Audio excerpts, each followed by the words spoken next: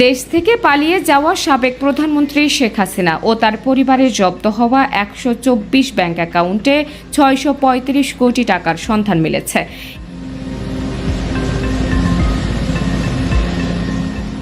এছাড়া Europe, America সহ ৫ দেশে বিপুল সম্পদ পাওয়া গেছে। আর অর্থ পাচারের জন্য প্রাথমিকভাবে চিহ্নিত হওয়া ১১টি ঘটনার মধ্যে অধিকাংশই হাসিনা ও তার পরিবারের। সোমবার প্রধান উপদেষ্টা ডক্টর মোহাম্মদ ইউনূসের সভাপতিত্বে অনুষ্ঠিত এই সংক্রান্ত বৈঠকে বাংলাদেশ ফাইন্যান্সিয়াল ইন্টেলিজেন্স ইউনিট থেকে এসব তথ্য জানানো হয়। পরে এসব তথ্য প্রকাশ করে প্রধান উপদেষ্টার প্রেস উইং। সোমবারের বৈঠকে বিএফআইইউ জানায়, শেখ হাসিনা, তার পরিবার ও তাদের স্বার্থ সংশ্লিষ্ট ব্যক্তি ও প্রতিষ্ঠানের জব্দ করা ১২৪ ব্যাংক অ্যাকাউন্টে ৬৩৫ কোটি ১৪ লাখ টাকা পেয়েছে বিএফআইইউ। এছাড়া ১ কোটি ৮০ লাখ টাকা দলিল মূল্যে রাজউকে ৬০ কাঠা প্লট এবং ৮ কোটি ৮৫ লাখ টাকার মূল্যের ১০% জমি সহ ৮টি ফ্ল্যাট অবরুদ্ধ করা হয়েছে। এতে বলা হয়েছে, শেখ হাসিনা, তার পরিবার ও তাদের স্বার্থ সংশ্লিষ্ট ব্যক্তি ও প্রতিষ্ঠানের নামে যুক্তরাষ্ট্র, যুক্তরাজ্য, সিঙ্গাপুর, হংকং এবং কেম্যান দ্বীপপুঞ্জে সম্পদের সন্ধান পাওয়া গেছে। এছাড়া মালয়েশিয়ার একটি অ্যাকাউন্টে রাশিয়ান স্ন্যাচ ফান্ডের অস্তিত্বও মিলেছে।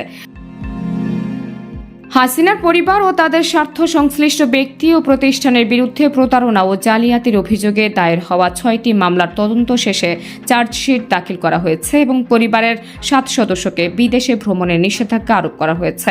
প্রেস সচিব বলেন, কতটা বেপরোয়াভাবে পাচার করা হয়েছে তা ২-১টি উদাহরণে বোঝা যায়। একজন শিক্ষার্থীর টিউশন ফি হিসেবে ৪০০ থেকে ৫০০ কোটি টাকা পাঠানো হয়েছে।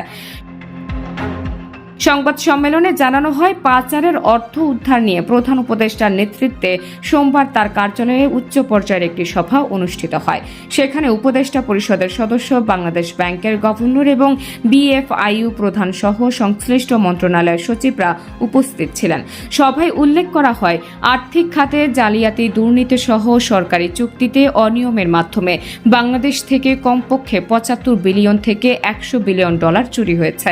বাংলাদেশ ব্যাংকের পক্ষ থেকে জানানো হয়, এইসব অর্থ প্রাথমিকভাবে যুক্তরাষ্ট্র, যুক্তরাজ্য, Canada, Singapore, Malaysia, Thailand, Hong Kong সহ অন্যান্য ট্যাক্স হেভেন অফশোর দেশগুলোতে পাচার হয়েছে।